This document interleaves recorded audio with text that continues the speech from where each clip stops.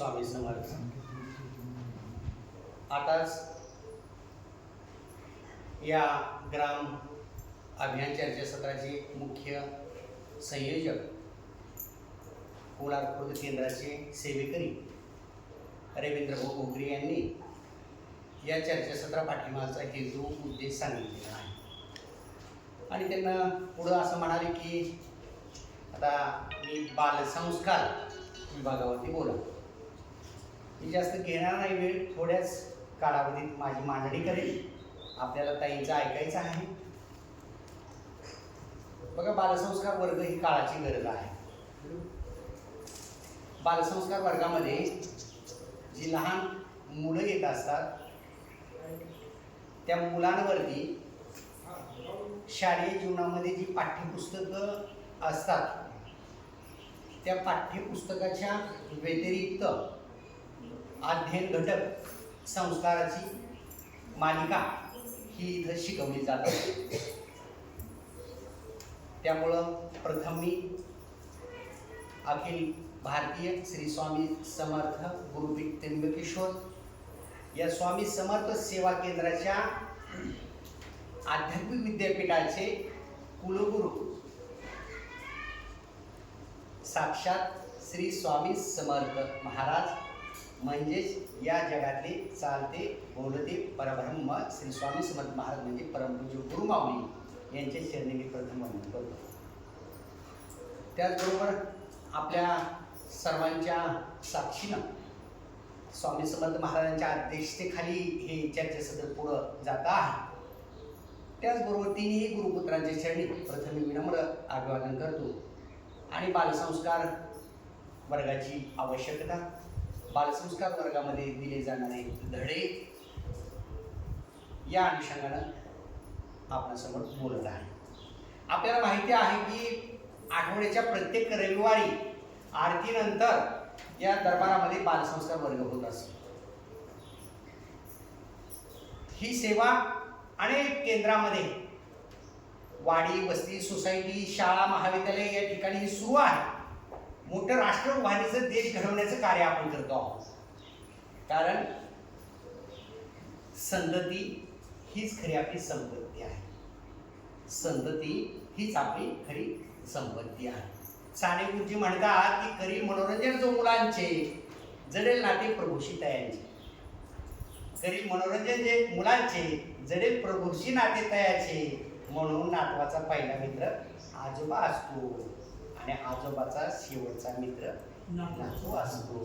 त्या नातामध्ये त्याला परमेश्वराचं स्वरूप दिसत असतं. कारण या संसाराच्या बेडीमधून तो आता मुक्त झालेला असतो. असं म्हटलं जातं, लहानपणी ज्ञान घ्यावं, तरुणपणी ध्यान करावं, म्हातारपणी अध्यात्म शोधावं.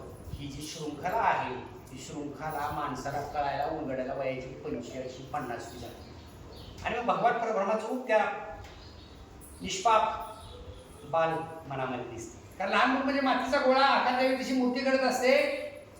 लहान वेळ आहे, मांडवावर जो कोवळा आहे तोपर्यंत जसा पाहिजे तसा आपण फिरवू शकतो. गरम लोखंड आहे, तापलेला आहे, तोपर्यंत तलावर घाव घालून आपण पाहिजे तसं वापरू शकतो. आणि हे बालमनावरती सुसंस्कार, सुविचार, सुभाषितांची मालिका, देशसंस्काराची, राष्ट्रसंस्काराची, मातृ पितृ पूजनाची, गुरुपूजनाची ही मालिका ही आपण याच वयात करू शकतो. कारण आपले जोडे मुलाला मुलीच्या पायात आल्यानंतर आपलं बोलणं त्यांना पेलवत नाही किंवा योग्य वाटत नाही. कारण ते 18 वर्षाची झालेले असतात, ते नागरिक झालेले असतात. आई वडील यांच्या ते पल्याचं जग समजतं आम्हाला असा त्यांचा भ्रम असतो. आणि मग तिथं खऱ्या अर्थानं त्याचा गाईड असतो तो मित्र, गर्लफ्रेंड, बॉयफ्रेंड हा त्याचा खरा गाईड. तो समजून घेत असतो. तो जर योग्य लागला तर जीवनाची दिशा यशोगाथा ठरत असते. आणि तो जर वाईट लागला तर ढवळ्या शेजारी मोवळ्या वाढण्याचा गुण लागला असं होतं. आणि आपल्या खानदानाचं सगळं केलेलं कष्ट वाया जात असतं. म्हणून ही आपण बीजारोपण पायाभरणी भक्कम करूया. ज्ञानदेव रचिला पाया उभारले देवालया. कोणतं देवालय? भागवत संप्रदायाचं देवालय, वारकरी संप्रदायाचं देवालय. आम्हाला वारकरी संप्रदाय समजून घ्यायचा आहे तर संत बहिणाबाईचा अभंग जरी आपण पाहिला तरी सगळा वारकरी संप्रदाय डोळ्यासमोर उभा राहतो. ज्ञानदेव रचिला पाया, त्या भागवती संप्रदायाचा पाया कुणी रचलाय? संत ज्ञानेश्वरांनी. आणि त्या ज्ञानेश्वरीची रचना कुठे झाली? आपल्या अहमदनगर जिल्ह्यातील नेवासा या तीर्थक्षेत्रामध्ये झाली. 2.5 वर्ष भावांना त्या दंडकारण्यामध्ये होते. त्या 2.5 वर्षामध्ये भगवद्गीतेतले 900 श्लोक घेऊन 9000 ओव्याचं परमसुंदर भाष्य संत ज्ञानेश्वरांनी कथन केलं. तत्कालीन लोकांना लोकभाषेमध्ये सांगितलं आणि सच्चिदानंद बाबांनी ते लिहिलं. पहिलीच ओवी आहे ज्ञानदेवे या मुखग्रंथापासून सुरू होतं. शके 1171 शके 1272 ते टीका केली ज्ञानेश्वरी. सच्चिदानंद बाबा आदरून लेखक झाला. सच्चिदानंद बाबा तिथं बसायचे, ज्ञानेश्वर महाराज कथन करायचे. ज्ञानेश्वरी उर्फ भावार्थ दीपिका. लेखक कोण? सच्चिदानंद. ही रचना त्या काळामध्ये झालेली. नगर जिल्हा खूप धार्मिक आहे, खूप सामाजिक आहे, खूप ऐतिहासिक पार्श्वभूमी असणार आहे. आपण तर नदीच्या काठावरची माणसं आहोत, प्रवरा नदीच्या काठावर राहतो. जी नदी काठची गावं असतात त्याला प्रचंड मोठा इतिहास असतो. मोठी संस्कृती नदी काठावरती विराजमान झालेली असते. हा जुना इतिहास आहे. म्हणून हा मौलिक इतिहास आपण मांडण्यासाठी बसलेलो आहोत. कालच गुरुपीठाची प्रत्येक महिन्याच्या 4थ्या शनिवारी होणारी मासिक मीटिंग ऐकायला गेलो होतो, सहकुटुंब सहपरिवार. महाराज माऊलींचं दर्शन झालं. महाराज माऊलीनं जे मार्गदर्शन केलं, जे हेतूच केलं, ते अनेक वर्ष राष्ट्र आंतरराष्ट्रीय स्तरावर मार्गदर्शन करणार होतं. 3रं महायुद्ध पेटले आहे. भय इथलं संपत नाही. अमेरिका आणि इस्रायल यांनी मिळून इराणवरती हल्ले सुरू केलेले आहेत. 3ऱ्या महायुद्धाची ठिणगी पडलेली आहे. इराणही 5 मोठ्या मोठ्या देशांवरती हल्ले सुरू केलेले आहेत. भयान काळ आलेला आहे. पण या भयान काळामध्ये जो सच्च्या मनानं सेवा करेल तोच वाचेल. सभोवतालचा काळ वेगळा आलेला आहे. गुरुमाऊलींनी सांगितलं मार्गदर्शनामध्ये की आता नोकऱ्या चाललेल्या आहेत, नोकऱ्याचं प्रमाण कमी होतं आहे. नोकऱ्या आहेत ते निघून चालले. जो सेवेकरी त्याचीच नोकरी टिकेल. जो सच्च्या मनाने सेवा करेल. सेवा म्हणजे काय? कर्म. कर्म म्हणजे काय? कृती, धर्म पाळणं. मी प्राध्यापक आहे, माझं कर्म धर्म काय आहे? अध्ययन करणं, अध्यापन करणं. मी स्वतः 2 डोळ्यानं अध्ययन करणं, मी 2 डोळ्यानं अध्यापन करणं, तोंडावर ते अध्यापन करणं आणि मी संशोधन करणं. हे माझं कार्य आहे दिलेलं. मी जर हे इमॅनेजमेंट नाही केली तर माझ्यावर ही काय आहे? टांगती तलवार आहे. येणारा काळ भयान आहे. नोकऱ्या मिळणार नाही. शासकीय नोकऱ्या धोक्यात आहेत. नोकऱ्या कमी झालेल्या आहेत. युद्धामुळं अनेक प्रकारची अशी जीवितहानी पुढे होण्याचा संभव आहे. परंतु याच्यामध्ये आपले सेवेकरी यांच्यावरती खूप मोठी जबाबदारी भूमिका आलेली आहे. हे प्रमाण ही तीव्रता कमी करायची आहे. आज गुजरातला कलकत्त्याला भूकंपच आहे. महाराज माऊलींनी भूकंप शामक यंत्र दिलेलं आहे. ते आपल्या गुजरातला स्थापना केलेली आहे. ती रिश्टर स्केलची मर्यादा 2 पर्यंत आली. ही सेवा आपण लोकांपर्यंत पोहोचवली पाहिजे. आता स्वामी समर्थ मार्ग, दत्त संप्रदायाचा मार्ग हा 20% अध्यात्म आणि 80% समाज कार्याच्या माध्यमातून, ग्राम आणि नागरी अभियानाच्या माध्यमातून पुढे जातो आहे. आता ग्राम म्हणजे काय? तर गावामध्ये केलेली ग्राम अभियानाची सेवा म्हणजे ग्राम. नागरी म्हणजे काय? शहरी भागामध्ये रुजू केलेली सेवा, ती नागरी सेवा. या स्वरूपानं हे कार्य पुढे जात आहे. महाराज माऊलींना आपल्या बोलण्यातून काहीतरी संकेत देत असतात, पुढचं सांगत असतात. त्या संकेताचे अर्थ आपण समजून घ्यायचे असतात. म्हणजे येणाऱ्या 3रं महायुद्धाची चाहूल आता लागते आहे. आपल्यापर्यंत त्याची तीव्र परिणाम होणार नाही, कारण आपण भारतीय माणसं, आपल्या भारतीय माणसांची बैठक ही अध्यात्माची आहे आणि तीच आपल्याला पुढे घेऊन जाते आहे. म्हणून मी सर्व पालकांना, सर्व सेवेकरांना, सर्व ग्रामस्थांना असं आवाहन करेल की रविवारी 1 तास आपण आपल्या मुलांना घेऊन बालसंस्कार वर्गाला यायला पाहिजे. आपल्या शेजारची गल्लीतील मुलं घेऊन इथे एकत्र यायला पाहिजे. बालसंस्कार आल्यानंतर ताई तुम्हाला शिकवत असतात की आपली पादत्राणे, आपल्या चप्पल ह्या पादत्राणे स्टँडवर ठेवा. जिथं आपण पादत्राणे ठेवतो तिथंच आपला मी पण ठेवा. चप्पल जिथं सोडतो तिथं माझं मी ठेवा. नाहीतर मी गावचा पाटील आहे, मी लय मोठा ज्ञाता आहे, ग्रंथ माझे तोंडपाठ आहे, हे एवढं मोठं जर वजन घेऊन इथं बसलात ना, मग हे काय डोक्यात शिरणार नाही. अगदी बालिश होऊन महाराजांचा एक बालसेवेकरी होऊन अगदी यायचं इथं. मग बघा ज्ञानाचे प्रवाह कसे कोरड्या विहिरीमध्ये पाणी होतावे तसे सुरू होतात आणि मनानं आपण व्यापक होतो, मोठं होत जातो. म्हणून चप्पलच्या ठिकाणी मी ठेवायचा हे आमच्या ताई सांगत असतात. पुढे आले की पायावरती पाणी घ्या म्हणून सांगतात. आता या कृतीमध्ये अध्यात्म आहे, विज्ञान आहे, आरोग्यशास्त्र आहे, सगळ्या गोष्टी याच्यामध्ये लपलेत, सांगायला वेळ नाही, ताई पुढे घेतीलच.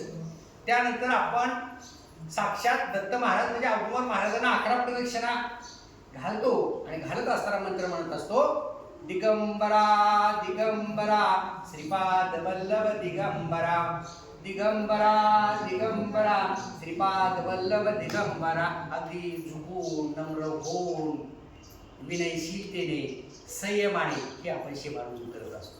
हे वाकणं झुकणं म्हणजे कितीतरी पटीने उंच होण्यासारखं असतं. जो महाराजांना शरण आला तो आयुष्यामध्ये खूप उंचीवरती गेला हे त्याचं द्योतक असतं. आल्यानंतर आपण मुलांना दरबारात घेऊन येतो, महाराजांच्या फोटोला निरीक्षण करायला होतो. बघा महाराजांच्या फोटोकडे, महाराजांचं रूप न्या, महाराजांच्या डोळ्यात डोळे घालून बघा असं आपण म्हणतो. महाराजांच्या डोळ्यात डोळे घालून बघा, हिंमत लागते. कधी आपण बघितलं का असं डोळ्यात डोळे घालून? वक्त्याचा तो गुण असतो. वक्तृत्व शैलीमध्ये आय कॉन्टॅक्ट, नेत्रकटाक्ष ही ताकद असते. एकदा आपण डोळ्यात डोळे घालून बघितलं की त्या व्यक्तीविषयी, वस्तूविषयी आपल्या मनातलं जे काही भय असतं, भीती असते किंवा जे काही गोष्टी कल्पना असतात त्या पळून जातात. आपण एकरूप होऊन जातो. त्याला अद्वैत म्हणायचं. वारकरी संप्रदायाचं तत्वज्ञान कसं आहे? अद्वैत. भक्त आणि परमेश्वर एकच आहे, जीव आणि देव एकच आहे. मग आपण म्हणत असतो पहा महाराजांच्या दरबाराकडं, एकटक पहा बरं महाराजांना, डोळ्यात डोळे भिडवा बरं. मग मुलं आमची निरीक्षण करत राहतात. बापरे, मग प्रत्येकाला महाराजांचा वेगळा अनुभव. महाराजांवरती कुठलं लाकीट नाही, असं काय 10-15 तोळ्याचं सोनं नाही, कडविडं नाही, काय नाही बघा. फकीर रुद्राक्ष, जगाच्या कल्याणा संताची होती देह कष्ट होती परोपकारी, संत जेणे भावी त्यांनी जग बोलणी संसार. या स्वरूपाने महाराजांचा आपण त्रिवार मुजरा करतो, मुलांना पुढे घेऊन बसतो. आल्यानंतर सुरुवात आपली होती योगासनानं. बालसंस्कार वर्गाची सुरुवात होते योगासनानं, सुविचारानं आणि नियमित सेवा विशेष सेवेनं सुरुवात होते. मग या नियमित सेवा विशेष सेवेमध्ये आपण काय घेतो?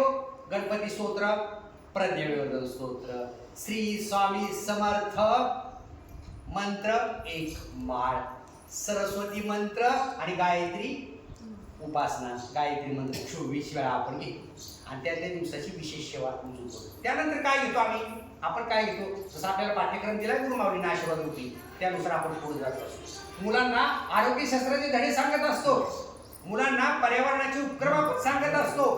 शॉवरने आंघोळ करू नका, बादलीचा वापर करा. हे वाक्य उन्हाळ्यात दिलं का बरं? पाण्याचे किती दुर्भिक्ष झाले, पाण्याची परिस्थिती किती भयान झालेली आहे. शॉवरनं आंघोळ करायची म्हणलं तर किती पाणी नास होतं, पायपट जातं. मग शॉवर ऐवजी बकेटचा वापर करा असा आपण संदेश देत असतो. त्यानंतर त्या दिवसातील आणि आठवड्यातील महत्वाचे सणवार व्रत वैकल्याविषयी बोलत असतो. आता आपल्याला माहिती आहे की आता होळी येणार आहे. होळीनंतर 8 मार्च म्हणजे जागतिक महिला दिन येणार आहे. मग त्या दिवशी जागतिक महिला दिनाची माहिती सांगितली जाते.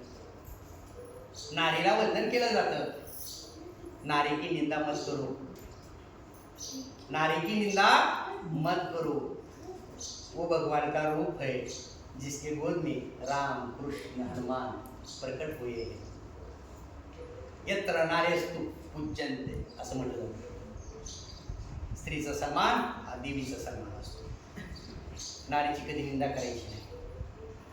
परस्त्री माती समान, परधन माती समान.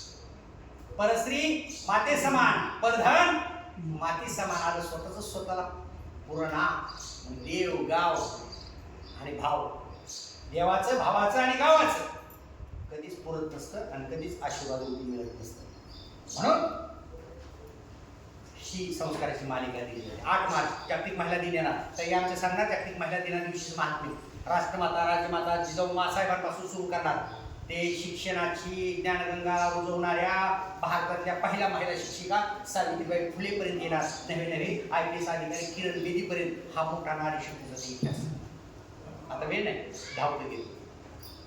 त्यानंतर पुढे आल्यानंतर वेगवेगळ्या आठवड्यात सणवार येतात, उत्सव व्रत वैकल येतात, त्याविषयीची माहिती देत असतात, मराठी भाषा मराठी अस्मिता सांगत असतात. मग पुढे रंगपंचमी येणार आहे, पुढे रमजान येणार आहे, एवढंच नव्हे तर लगेच श्री रामनवमी येणार आहे. आणि याच कोलाहलामध्ये नव्या भारतीय वर्षाची सुरुवात होणार आहे, ती म्हणजे गुढीपाडवा. तिथं लिहिलं तुम्ही काय काय साजरं करायचं ते, आणि त्या निमित्तानं आम्ही इथे येत असतो दरबारामध्ये.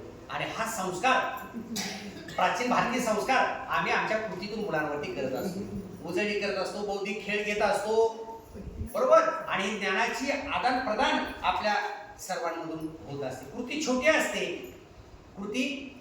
छोटी असते, पण त्यातून ज्ञान मात्र मोठ्या स्वरूपामध्ये दिलेले सुद्धा. हे आहे बालसंस्कार. ही बालसंस्कारची आपल्याला शिकवणी दिली जाते आहे.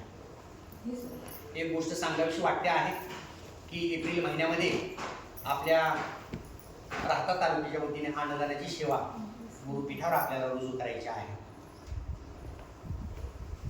दानादान श्रेष्ठ दान अन्नदान असं म्हटलं जातं, कारण अन्न हे पूर्ण ब्रह्म आहे. अन्न हे काय आहे? पूर्ण ब्रह्म आहे. अन्नदानाची सेवा ही पवित्र पावन सेवा म्हणून रामायण महाभारत वेदामध्ये त्याचबरोबर मनुस्मृतीमध्ये नोंदलेली आपल्याला दिसून येते आहे. अन्नदानानं आपलं पापकर्म कमी होतं, अन्नदानानं पितृदोष निवारण होतं, अन्नदान केल्यामुळे 21 पिढ्याचा उद्धार होतो, हे महाराज माऊली आपल्याला नित्यनेमानं सांगत असतात. म्हणून ज्ञानदान असेल, रक्तदान असेल, त्वचादान असेल, देहदान असेल, नेत्रदान असेल, याच्यापेक्षा अन्नदान हे सगळ्यात पवित्र दान आहे. कारण अन्नानं एखाद्याचा जीव थंड शांत होत असतो. अन्नदानामध्ये पोटात भडकलेला अग्नी शांत होत असतो, एखादा जीव तृप्त होत असतो, भुकेल्याची भूक शमत असते. म्हणून अन्नदान हे भारतीय संस्कृतीमध्ये अतिशय पवित्र पुण्यकर्म असं मानलेलं आहे. म्हणून अन्नदानाची सेवा आपल्याला गुरुपीठाला रुजू करायची आहे. तिथं छत्रालय चालवलं जातं, आपल्याच आर्थिक मदतीतून तिथं प्रसाद तुमच्याच नावे रुजू केलेला असतो. या निमित्तानं श्री अन्नपूर्णा देवी आपल्यावरती प्रसन्न होत असते.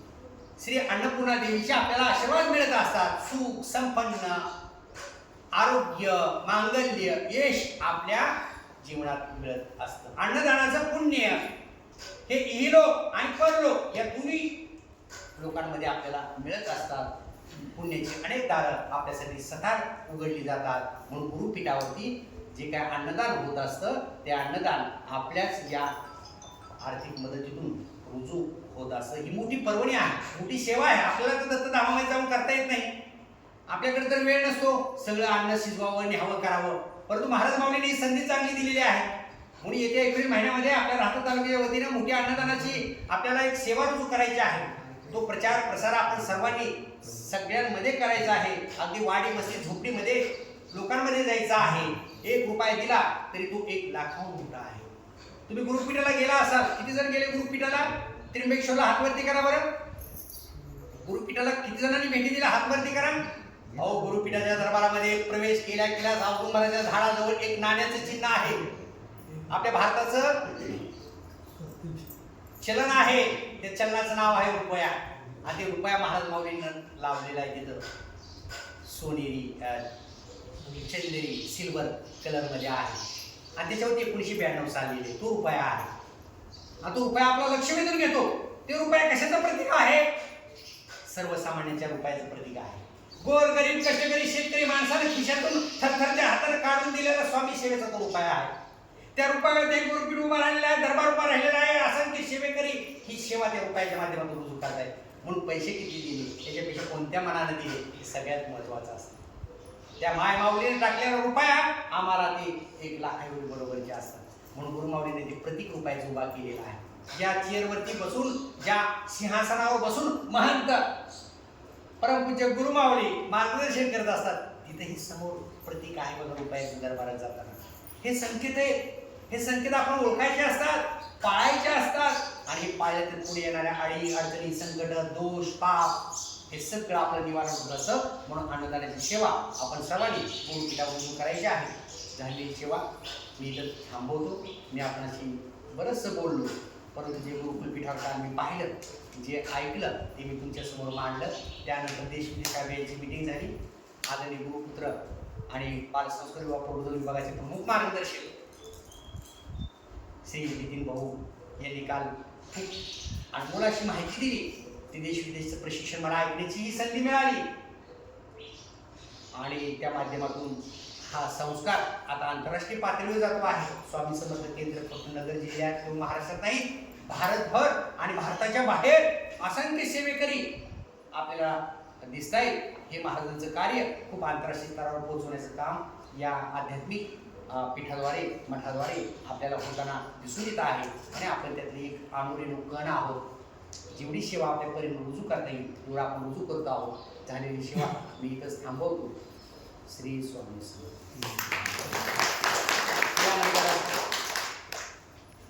त्र्यंबकेश्वर गुरुकुल पीठाहून आलेल्या प्रतिनिधी ज्यांना आपण ऐकण्यासाठी आतुर झालेलो आहोत, अशा आमच्या सौ प्रज्ञा पाटील मॅडम आपल्यासमोर बोलणार आहे.